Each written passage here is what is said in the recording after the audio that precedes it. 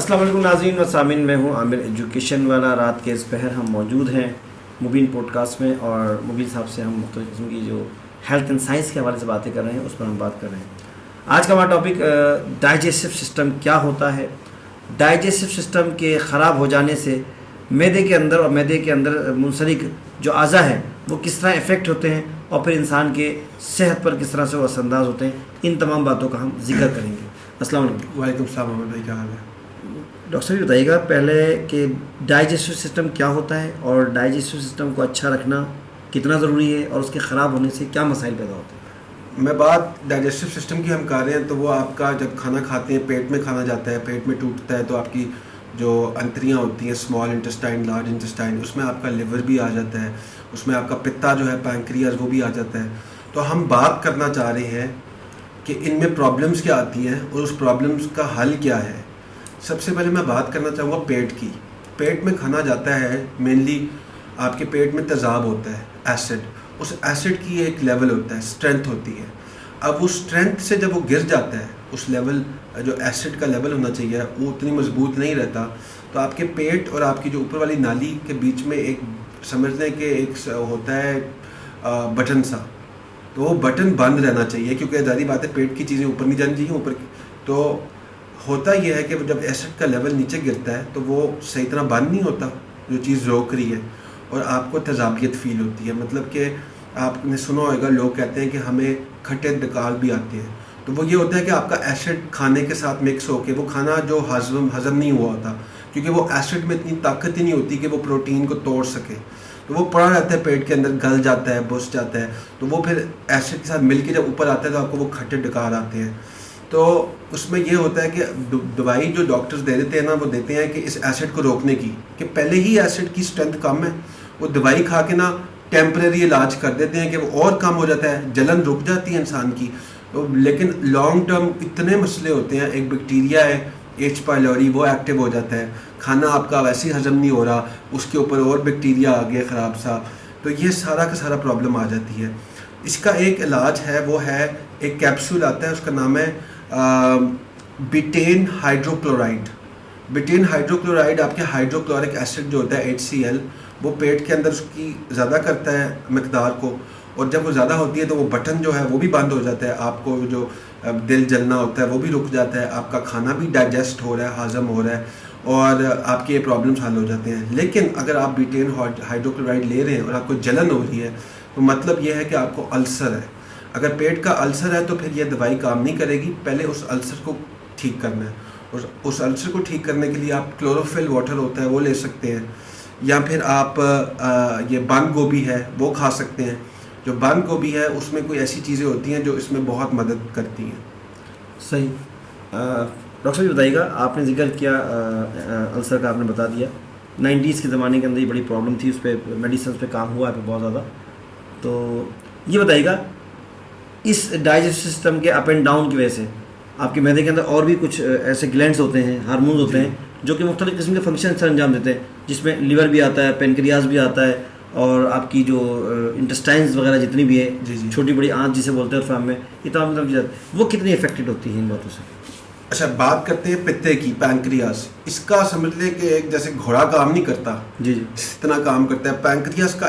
पित्ते का इतना ज़्यादा काम है कि पित्ते ने आपके ना वो चीज़ें, वो केमिकल बनाने हैं, एंजाइम्स, जिन्होंने आपका खाना तोड़ना है। आप जिस जोर सा खाना खा रहे हैं उसको तोड़ने वाला एंजाइम आपका पित्ता बनाता है। प्रोटीन खा रहे हैं तो प्रोटीन को तोड़ने वाला, फैट खा रहे हैं तो फैट को तोड़ने वाला, कार्ब खा रहे हैं तो उसको तोड़ने वाला। तो जब इंसान शुगर ज़्यादा खाना शुरू हो जाता है या फिर वो कार्बोहाइड्रेट ज़्यादा खाना शुरू हो जाता है, तो आपके जो पित्ते की फंक्शन है ना, वो जो उसका काम है वो कम हो जाता है।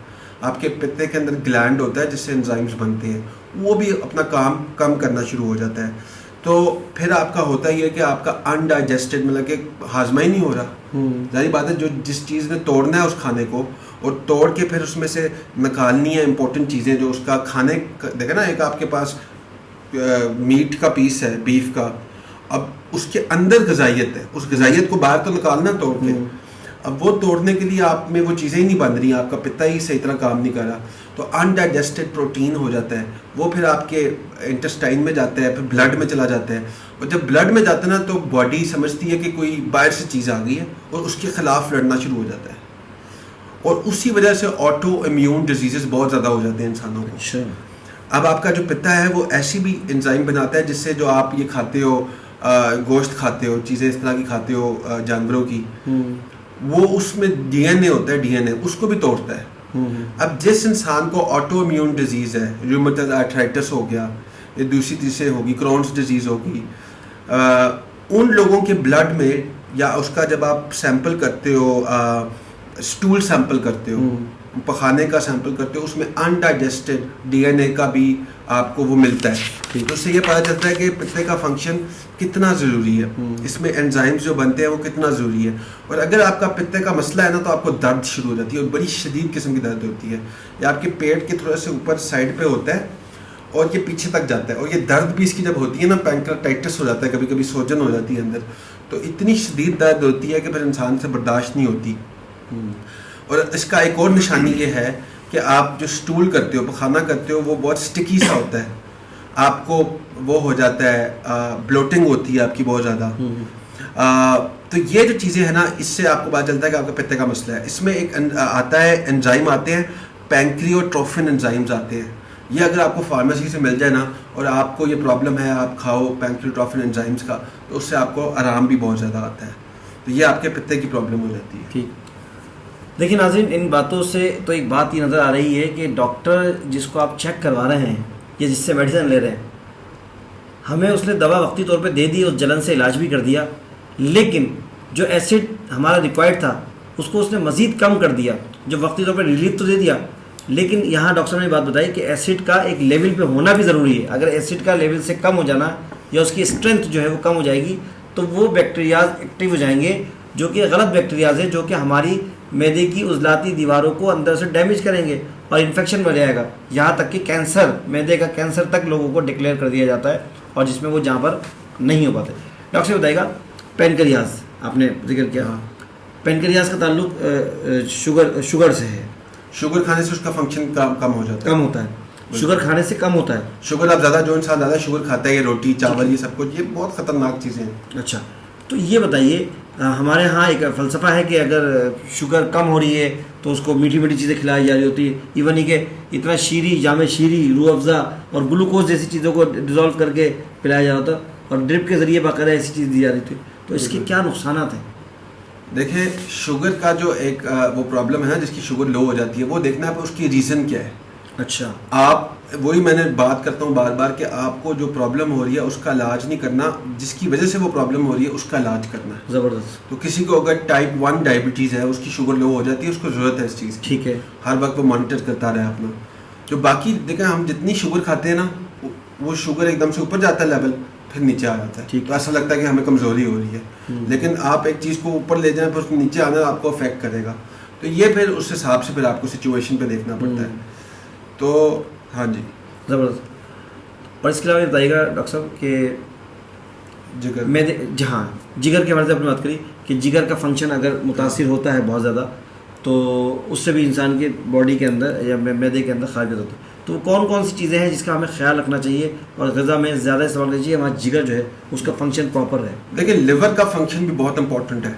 लिवर आपकी एक केमिकल, अच्छा, लिवर वही तो नहीं है जिसको हम कलेजी बोलते हैं उर्दू में? वही जिगर जो होता है इंसान का, जिससे ब्लड बनता है, जिससे बिल्कुल ऐसे ही है, जिससे ब्लड, ठीक। तो देखिए, लिवर का जो फंक्शन है ना, वो एक केमिकल बनाता है जिसका नाम है बाइल, BILE, बाइल। बाइल समझ लो, बाइल जूस बनाता है, बाइल जूस। बाइल आपका लिवर बनाता है, वो स्टोर होता है गॉल ब्लैडर में। अच्छा, हाँ, वो बनाता वो है और स्टोर कहीं और जाके होता है। तो जब ये स्टोर हो जाता है, इसका काम ये होता है कि इसने आपका खाना तोड़ना है, मेनली फैट तोड़ के ना उसमें से विटामिन निकालने हैं। अच्छा। आपका vitamin A, vitamin D, vitamin E, vitamin K। तो जब आपका प्रॉब्लम होती है आपकी गॉल ब्लैडर के साथ, तो तब आपके ये विटामिन ही नहीं निकल रहे। सही। आपको अगर ब्लोटिंग हो रही है या डकार बहुत ज़्यादा आ रहे हैं, या फिर आपके राइट साइड शोल्डर में पेन है, अच्छा, या आपको मतलब कि ना बार बार फीलिंग आ रही है एक बार निकलने का खाना, तो मतलब कि आपका बद हजमी टाइप मतलब कि और साथ में डकार भी, तो या फिर आपका जो पखाना है वो आप स्टूल जो है वो फ्लोटिंग है उसका, आप बाथरूम में जा रहे हो लूज सा फ्लोट कर रहा है, वो फ्लोट इस वजह से कर रहा है क्योंकि फैट ही नहीं टूट रहा। अच्छा। तो फैट टूटा बिल्कुल उसी तरह जिस तरह आप खा रहे हो उसी तरह वो बाहर निकल गया, टूटा ही नहीं, उसमें से जो ग़िज़ाइयत है वो निकली ही नहीं। तो जब इस तरह का होता है तो आपको आपकी डेफिशिएंसी हो जाती है विटामिन्स में, नज़र ना आना रात को या कमज़ोर नज़र हो जाना, वो भी इसी का प्रॉब्लम होती है। आपकी स्किन बहुत ज़्यादा ड्राई हो रही है, वो भी इसी वजह से, आपका गॉल ब्लैडर काम नहीं कर रहा सही तरह। इसका ये होता है कि इसमें एक आपको फार्मेसी से मिलती है बाइल सपोर्ट।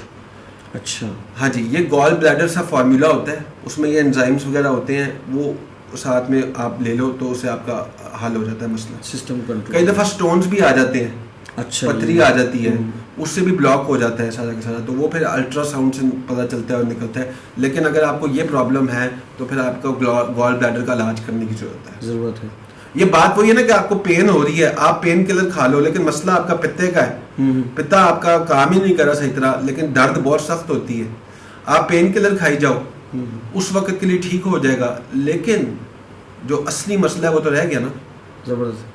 डॉक्टर साहब यहाँ पर थोड़ी एक बात बताइएगा, बीच में एक छोटी सी सवाल कर लेता हूँ मैं।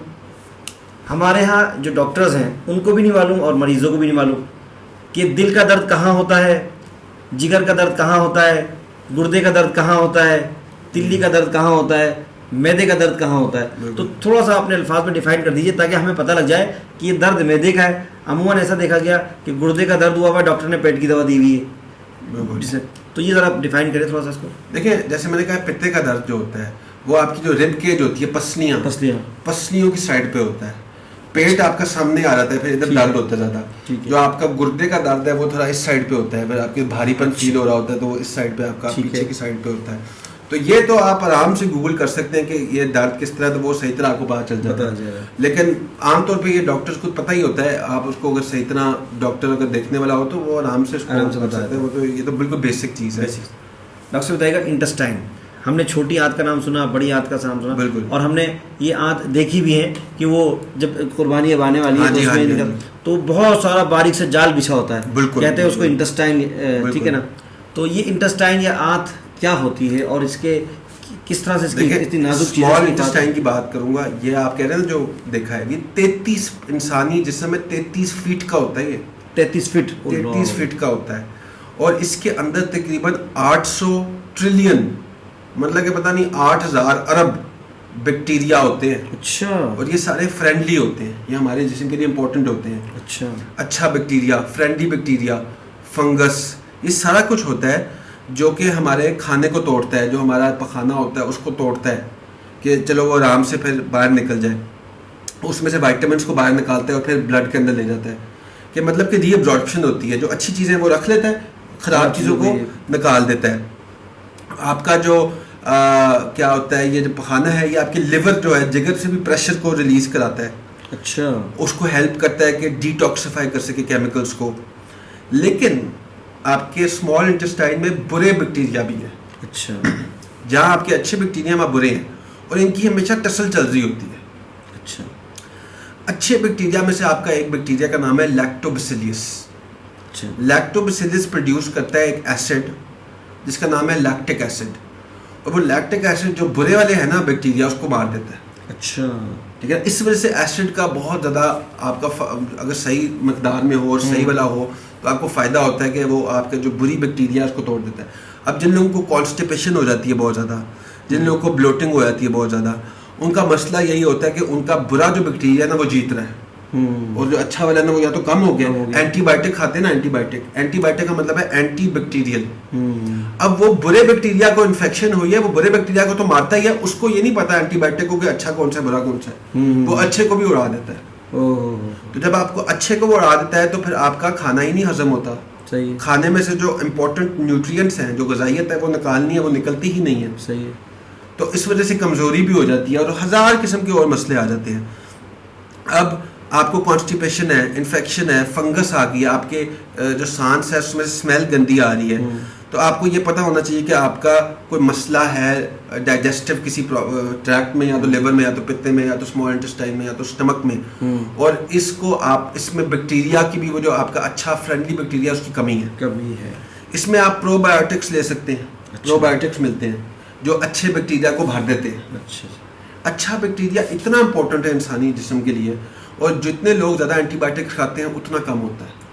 जितने लोग एंटीबायोटिक्स ज़्यादा खाते हैं उनकी कॉन्स्टिपेशन भी ज़्यादा होती है, उनको इन्फेक्शन भी ज़्यादा होती है। और बहुत दफ़ा कॉन्स्टिपेशन का इलाज जो डॉक्टर्स करते हैं ना, वो समझते हैं पेट का मसला है, लेकिन कॉन्स्टिपेशन मेन मसला आपके छोटे पखाने का या बड़े पखाने का है। अच्छा, बिल्कुल ऐसा ही है आपका। अगर वो आप इलाज स्टमक का करते रहो, मसला नीचे का है और उसका कोई टेस्ट भी नहीं है उस तरह से, ठीक है ना, तो उसमें ये है कि लोग कहते हैं वो खा लो दही। हाँ, दही में उतने अच्छे बैक्टीरिया है दुबई, असल में बनता बैक्टीरिया से, लेकिन इतने ज़्यादा मकदार में नहीं है। लेकिन एक चीज़ है, इसका नाम है कीफर, मतलब कि एक प्लेन कीफर अगर खाएंगे ना, तो ये आपके जो कई लोगों को ना फंगस इन्फेक्शन हो जाती है, कैंडिडा हो जाता है, यीस्ट का इन्फेक्शन हो जाती है, तो वो कीफर जो है ना, कीफर वो बहुत अच्छा है ऐसे लोगों के लिए। तो ये हमारा डाइजेस्टिव सिस्टम का एक है, जो आप इसका ख्याल रखेंगे तो इससे बेहतर होगा सारा कुछ। नाज़रीन व सामीन, रात के इस पहर में हमने आगाही प्रोग्राम में मेडिकल साइंस के हवाले से जो बात की, वो डाइजेस्टिव सिस्टम, जो कि सबसे अहम मसला है, क्योंकि दिन में 3 वक्त खाना भी खाना होता है, नाश्ता भी करना होता है, दोपहर का खाना भी है और रात का खाना भी खाना होता है, और दिन भर में हम उल्टी सीधी चीज़ें भी चल रहे होते हैं, जो आजकल हम जो जर्क में जिसे बोलते हैं। तो लिहाजा अपने सिस्टम को अच्छा रखिए, ताकि आपके तमाम के तमाम जो अंदरूनी आज़ा हैं, उज़लात हैं और फंक्शन करने वाली मशीनरी है, वो प्रॉपर काम करती रहे। अगर ये मशीनरी काम सही करेगी तो आपका सब कुछ सही काम करेगा, क्योंकि अगर कोई एक मशीन डिस्टर्ब होती है तो यकीन जानिए इंसान का पूरा जिस्म डिस्टर्ब हो जाता है। और इसकी मिसाल ऐसी है कि जैसे चींटी ने आपके हाथ पे काटा तो तकलीफ़ आपके पूरे जिस्म को फील होती है। तो लिहाजा आपका एक सिस्टम प्रॉपर होना चाहिए, सही तरीके से होना चाहिए, उसकी कदर कीजिए। कि सर ने बताया कि इंटेस्टाइन कितनी फिट होती है? 33 फिट लंबी जो इंटेस्टाइन का एक जाल बिछा होता है, वो कितना हसास होता होगा।